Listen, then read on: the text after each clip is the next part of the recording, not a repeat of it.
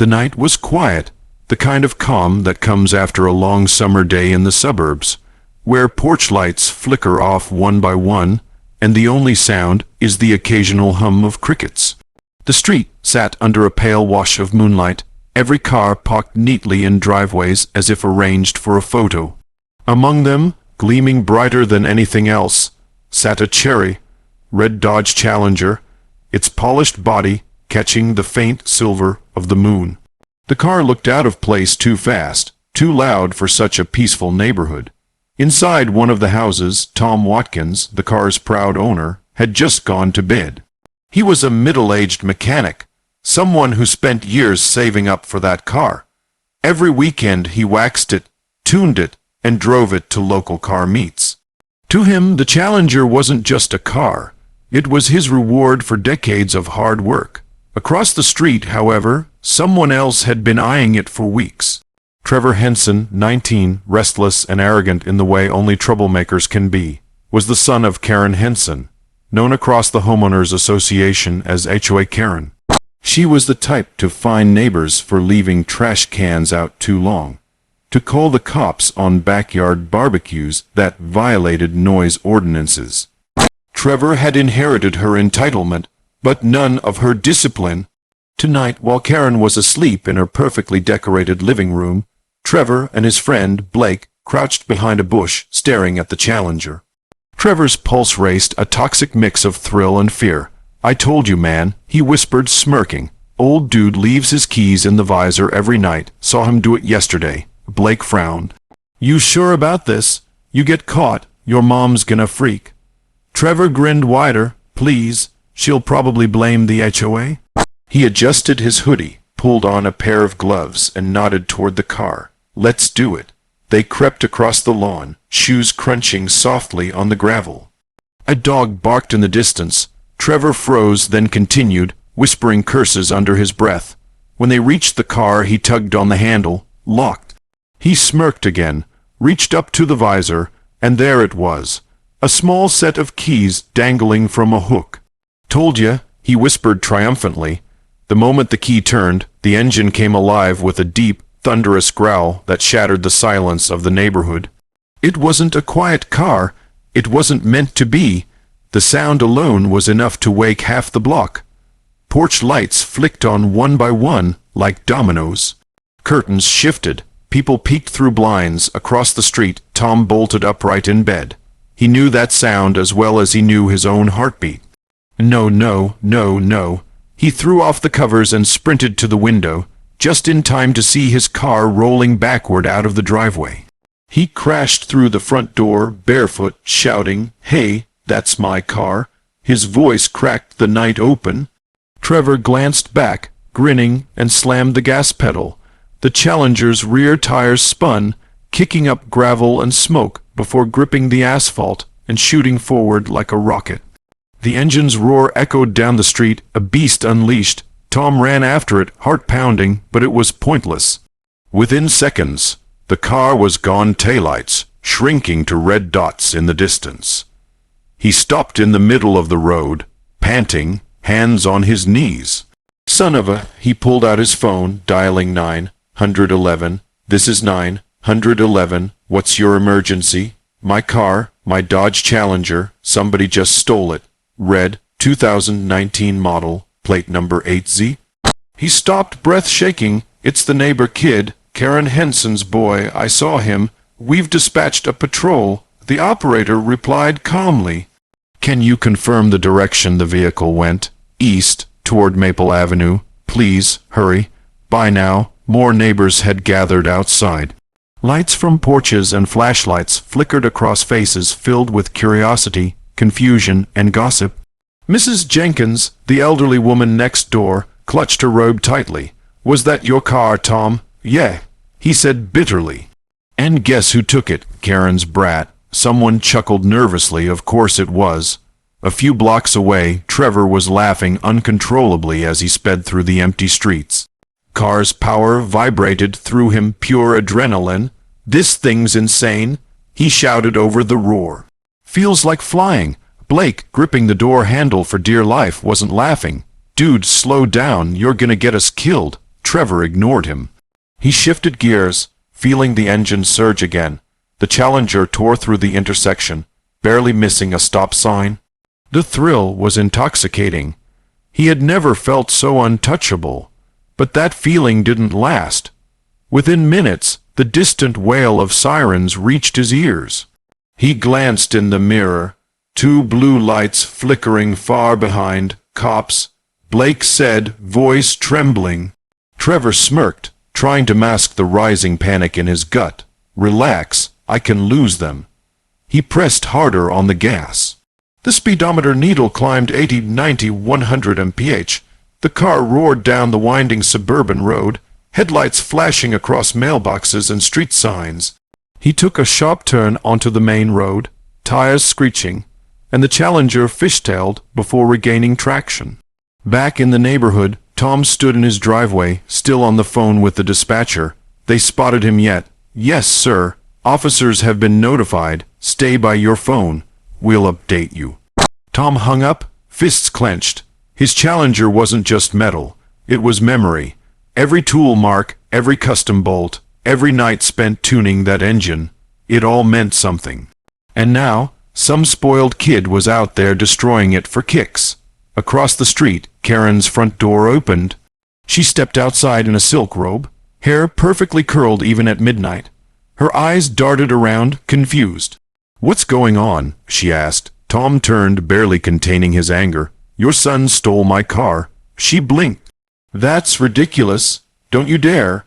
Tom snapped, voice low and trembling. "He's been eyeing it for weeks, and I just watched him drive it out of my driveway." Karen scoffed, but her face paled slightly. Trevor wouldn't. Before she could finish, the sound of police sirens echoed faintly in the distance. Her eyes widened. "Oh my God!" Tom glared at her, voice cold. "Guess your HOA rules don't cover grand theft auto, huh?" She said nothing. Just stood there, speechless, as the night swallowed the sound of the sirens chasing after her son. Meanwhile, out on the open road, Trevor's laughter had faded. His hands gripped the wheel tighter now. The thrill had turned to fear as he realized the sirens weren't fading, they were getting closer. 2 police cruisers appeared behind him, lights flashing red and blue across the car's dashboard. "Pull over the vehicle." A voice boomed through a loudspeaker. Trevor swallowed hard, sweat dripping down his neck. "Not yet," he muttered, jaw tight. "I can still make it." But even he knew he couldn't outrun what was coming next. The night that began with arrogance and thrill was about to end in flashing lights, helicopter blades, and the entire neighborhood watching the HOA Queen's perfect world crumble before dawn. First light of dawn bled into the horizon, painting the sky in streaks of pale orange and gray. The city was waking up, commuters filling coffee cups, joggers hitting the sidewalks, traffic slowly building on the freeway. But amidst the hum of early morning life, a sound cut through the calm, the deep, echoing roar of a Dodge Challenger at full throttle. The red muscle car tore down the interstate like a wild animal unleashed. Its paint, once glossy and flawless, was now smeared with grime and scratches. Smoke curled from the hood, and the engine's angry growl reverberated off the concrete walls of the overpass. Behind it, a line of police cruisers blazed with flashing blue and red lights. Sirens wailed, radios crackled, and officers shouted coordinates into their mics as the chase entered its second hour. Inside the car, Trevor gripped the steering wheel so tightly his knuckles had turned white. His once cocky grin was gone, replaced by panic. Sweat dripped down his temple, blurring his vision. The thrill he'd felt earlier that night had evaporated completely. Every muscle in his body was tense, every nerve screaming at him to stop. But his pride wouldn't let him. Blake sat in the passenger seat, silent now, too terrified to speak. He had tried reasoning with Trevor 20 minutes ago, shouting over the engine noise. "Man, pull over, they're everywhere, you can't outrun them." But Trevor had snapped, "Shut up, I can handle this," and pushed the pedal harder. Now, the fuel gauge was dipping dangerously close to empty, and the car's roar had turned into a strained growl. The city skyline loomed ahead, a maze of streets and intersections waiting to swallow him whole. Above, the faint chop of helicopter blades began to fill the air. A police chopper circled from a distance, then closed in fast. Its spotlight flicked on, a blinding white beam cutting through the morning haze. Suspect's vehicle in sight. The helicopter pilot announced over the radio, "Red Dodge Challenger heading eastbound on Route 47, speeds exceeding 120 miles per hour. Officers in pursuit." The news spread quickly. Within minutes, a local news station had picked up the chase feed from the helicopter's camera. Anchors interrupted the morning broadcast with a breaking news alert. "We're following a developing story out of Lakewood County. A high-speed chase involving a stolen red Dodge Challenger. Viewers, this is a live feed from our Skyview 9 helicopter. Police are in pursuit. It looks like the driver is weaving through traffic at incredible speeds." Cameras zoomed in on the speeding car, the shimmering red body darting between slower vehicles like a flash of danger. Every swerve sent sparks flying as Trevor nearly clipped the guardrail. The city watched in real time as the son of the HOA, most notorious enforcer, turned the morning commute into chaos. Back in the suburbs, Tom Watkins sat on his couch, eyes fixed on the TV. His coffee sat untouched on the table, growing cold. His car, his pride and joy, was now the centerpiece of a televised manhunt. He could barely believe it. Karen Henson, too, was watching only a few doors down. Her living room blinds were drawn tight, her face pale in the flickering light of the screen. Her phone buzzed non-stop. Messages from neighbors, HOA members, even her sister. "Is that Trevor? Karen, please tell me that's not your boy." The whole neighborhood's watching this live. Her throat tightened as she turned up the volume. The anchor's voice felt like a dagger. "We've just learned that the suspect may be the son of a prominent homeowners association member in the Lakewood Estates area." She dropped her phone. It hit the floor with a dull thud. For the first time in years, she had no words, no excuses, no authority, no power. Meanwhile, Trevor's world had shrunk to a tunnel of speed, fear, and the relentless glare of the helicopter's spotlight. The city blurred past him, traffic lights, billboards, overpasses, all streaking together in chaos. "Trevor," Blake shouted again, voice breaking. "This is insane. They're gonna shoot us, man. Pull over." Trevor's jaw clenched. "No, if I stop, I'm done. You think I'm going to jail for this? You already are," Blake yelled back. "You stole a car. You ran from cops. You're on live TV." The words hit Trevor like a slap. He hadn't realized it, but the chase had become the biggest morning story in the state. Every channel was broadcasting it. Every social media feed was buzzing with clips and memes. Helicopters from rival networks joined the police chopper, filming from different angles. It was no longer just a pursuit. It was a spectacle. Down below, traffic was being cleared by police cruisers. Officers ahead were setting up a spike strip near the next off-ramp. "Unit 23 in position," came the call over the radio. Suspect approaching at high speed. Trevor didn't notice the strip until it was too late. He swerved hard, clipping the edge of it. Logic is the language of the brain. The car lurched violently to one side. Metal screeched as the Challenger's rim scraped the pavement. Blake screamed as Trevor fought to control the spin. The car fishtailed across 3 lanes, slammed into the guardrail, and burst through it in a shower of sparks. The world flipped, once, twice, and then the Challenger crashed into a ditch below the highway. Smoke poured from the engine, the hood crumpled like paper. For a moment there was silence. The sirens faded, the helicopter hovered above, and even the anchors on live TV stopped talking. Then, movement. The driver's door creaked open.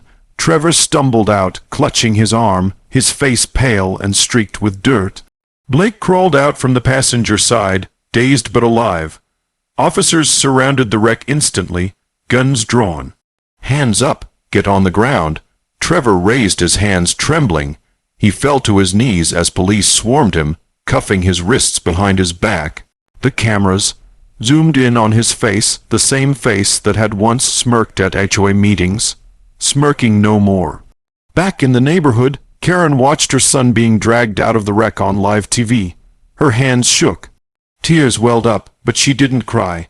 She just sat there, frozen, her perfect suburban world collapsing one frame at a time.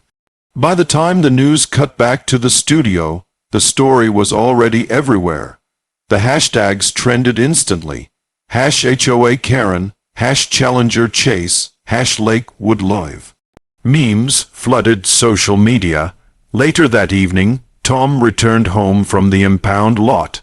His car was totaled, but he had gotten one thing back: justice.